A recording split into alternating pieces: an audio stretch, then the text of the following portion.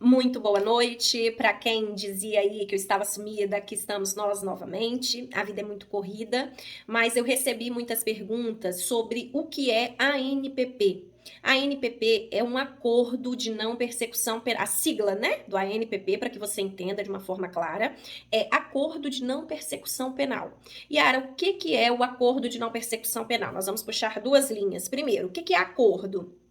Acordo é um consenso, uma vontade entre duas partes, onde chegam num consenso para tomar determinada decisão ou fazer determinada coisa. É um acordo, a gente remete lá pro direito civil. E aí a gente lembra, né, que a vontade livre, desimpedida de duas partes, de fazer ali um acordo. Então, acordo é autoexplicativo. Duas partes chegam num consenso, você quer metade dessa laranja, eu também quero outra metade, pronto, tudo beleza, tudo tranquilo. Acordo. E o que é a persecução penal? A persecução penal, ela vai aí puxar mais dois ganchinhos, que é a fase investigatória, né, a fase investigativa, que é a colheita de elementos de informação, e a segunda fase, que é da ação penal propriamente dita, que é aí deflagrada com a denúncia. Então, junta aí, a persecução penal é isso aí, é a investigação, onde se colhem elementos de informação para dar aso a uma denúncia. Então, tem ali indícios suficientes de autoria e materialidade, toda aquela historinha lá que a gente aprendeu no início da faculdade, né? Então, de uma forma mais clara, o que seria então um acordo de não persecução penal? O Ministério Público, juntamente com o investigado, porque não tem ainda, né, acusado, denunciado, é investigado, ele chega num consenso, num acordo em determinadas situações. Vamos lá. Como então que é essa situação do acordo de não persecução penal? O Ministério Público, o artigo 28A da Lei 13.964 de 2019, nosso famoso pacote anticrime, ele veio trazendo aí, no bojo do artigo 28A, ele veio trazendo a figura, o instituto deste acordo. E, o acordo de não persecução penal, então já entendi que é uma vontade de duas partes que chega num consenso com o Ministério Público e não vai ter aí a persecução penal, que a persecução penal a gente viu que seria aí a investigação e a deflagração e o oferecimento de uma denúncia, isso aí. Então, chegou-se num acordo, parte Ministério Público, não há denúncia, não há o oferecimento de denúncia. Essa é a basilar proposta do acordo de não persecução penal. Ótimo, estamos no país das maravilhas? Não estamos no país das maravilhas, né? Nós, criminalistas, sabemos da importância deste instituto e que deve ser analisado cada caso minuciosamente. Yara, então, todos os meus crimes, eu tendo a possibilidade, vou aceitar o acordo de não persecução penal. Ô Maria Mole, calma, não é assim, não funciona desse jeito. No direito penal, né, na área criminal, nós não temos uma receita da Dona Benta, não temos uma receita de bolo. Vai depender de cada caso, do caso concreto. Tá, vamos lá, então, voltando ainda pro acordo de não persecução penal. Todo e qualquer crime pode-se ter o acordo de não persecução penal? Não. O acordo de não persecução penal, ele é como ele é cabível? Quando que cabe o acordo de não persecução penal?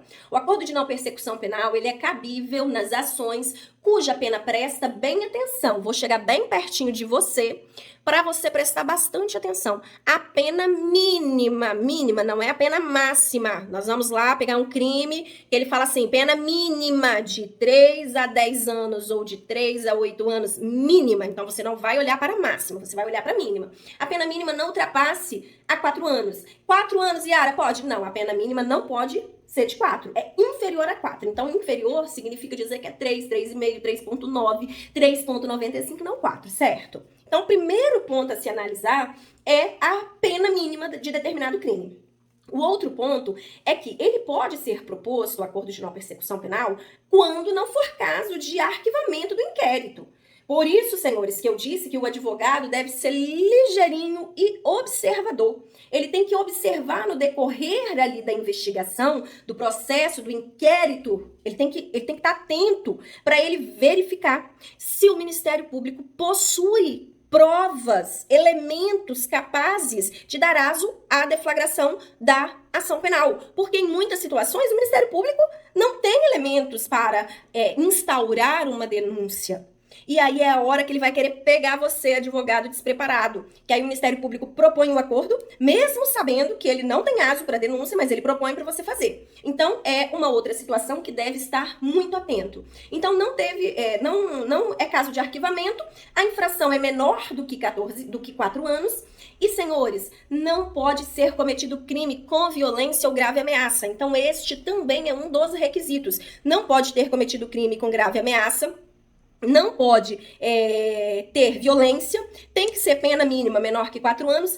E agora, chega, corta o coração dizer, é uma situação assim, eu não concordo, mas a lei tá ali, nós somos operadores do direito, nós somos pessoas que estamos aqui para cumprir o que está disposto na legislação, né? E aí, o que que fala? Qual o requisito principal? Confissão. O réu tem que ser o acusado, né? Na verdade, tem que ser confesso. Ele precisa confessar o crime para que seja proposto pelo Ministério Público o acordo de não persecução penal. E aí, não só eu, mas grande gama da doutrina, né, é contra esse ponto, justamente por quê? Porque a gente tem aí um princípio da não autoincriminação. E a partir do momento que... Porque, na verdade, gente, o que acontece? Fica ali o réu, o acusado, numa sinuca de bico. O medo, ele é, assim, o grande vilão nessa situação. Ou ele vai paralisar aquele determinado cidadão, vai ter tanto medo que ele vai paralisar e vai falar assim, puta merda. Ao invés de eu responder um processo criminal, eu sou inocente. Eu não cometi determinada infração. Mas para eu não ter o desabor de acompanhar um processo até o final, eu vou confessar, porque eu vou fazer um acordo e vou me ver livre desse processo. Acontece, não é pouco não, senhores. É muito, às vezes, a pessoa é inocente. Não estou generalizando, tá? Mas existem situações que a pessoa é inocente, que ele vai ter que confessar para ter a possibilidade de fazer um acordo de não persecução penal. E aí, a outra situação que, assim, nos chama muito a atenção, e eu abro o seu olho, você como advogado, para orientar o seu cliente, que nas situações de se realizar um acordo de não persecução penal, o seu cliente deve cumprir, porque o descumprimento vai ensejar o oferecimento da denúncia. E aí, você para e pensa comigo. Vamos lá.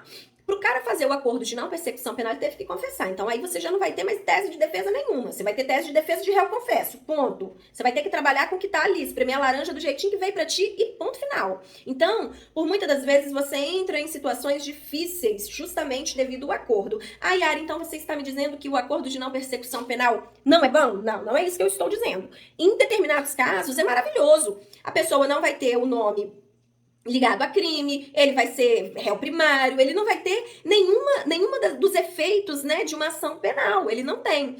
Então, é importante analisar o caso concreto para verificar se o seu cliente se é melhor para o seu cliente fazer o acordo de não persecução penal ou responder o processo e conseguir, por vezes, inúmeras vezes, uma sentença absolutória. Então, vai depender de cada caso. Mas a regra é, não pode ser cometido crime com violência ou grave ameaça, a pena mínima tem que ser inferior a 4 anos, tem que confessar e não pode ser caso de arquivamento, né? Então, a outra situação é que quando cabe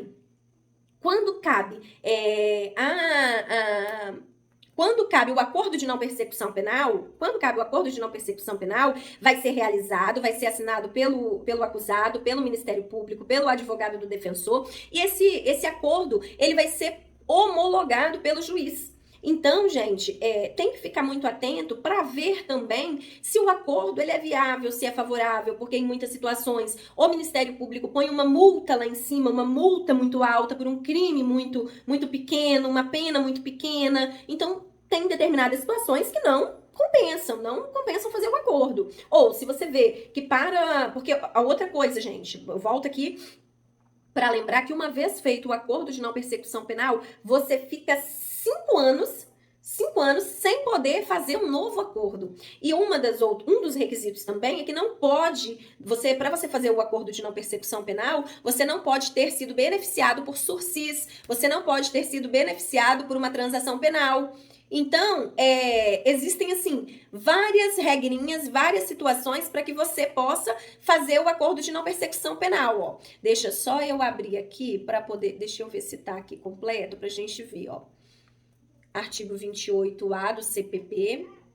É uma inovação, é uma mudança, por um lado boa, por outro não, nem tanto. Então, nunca vai ser o país das maravilhas, nunca vai ser só mar de rosas. Então, o nosso dever é analisar o caso concreto, verificar a melhor possibilidade para o nosso cliente, para ele não ser prejudicado. Ó, não sendo caso de arquivamento e tendo investigado confessado formal e circunstancialmente a prática de infração penal sem violência ou grave ameaça e com pena mínima inferior a 4 anos, o Ministério Público poderá propor acordo de não persecução penal, desde que necessário e suficiente para reprovação e prevenção do crime, mediante as seguintes condições ajustadas cumulativamente e alternativamente: reparar o dano, restituir a coisa à vítima, exceto na impossibilidade de fazê-lo, renunciar voluntariamente bens. Aí vem trazendo aqui inúmeras situações. Então, depois, vocês olhem certinho todos os artigos, todos os parágrafos, né, e os incisos. Então, assim, o inciso terceiro do parágrafo segundo, inciso terceiro do parágrafo segundo, ele diz o seguinte: ter sido o agente beneficiado nos últimos 5 anos anteriores ao cometimento da infração do acordo de não persecução penal, transação penal ou suspensão condicional do processo. Então, não pode ser beneficiado com acordo de não persecução penal nessa situação. Se for reincidente ou se houver elementos probatórios que indiquem conduta criminal habitual. Então, aqui nesse ponto, no inciso 2º do parágrafo 2º, ele dá um poder absoluto, né, para o MP, porque aí vai ser discricionário do MP, onde ele vai olhar se existem elementos probatórios que indiquem conduta habitual criminal. O que seria isso, um elemento de uma conduta habitual criminal? Seriam outros processos investigatórios? Não seria? Seria se a pessoa já tivesse alguma outra ação em curso? Então, isso vai ficar a critério do Ministério Público. Mas, no mais, é isso aí. É uma norma boa, mas que deve ser olhada com muito carinho na hora de aceitar esse acordo de não persecução penal.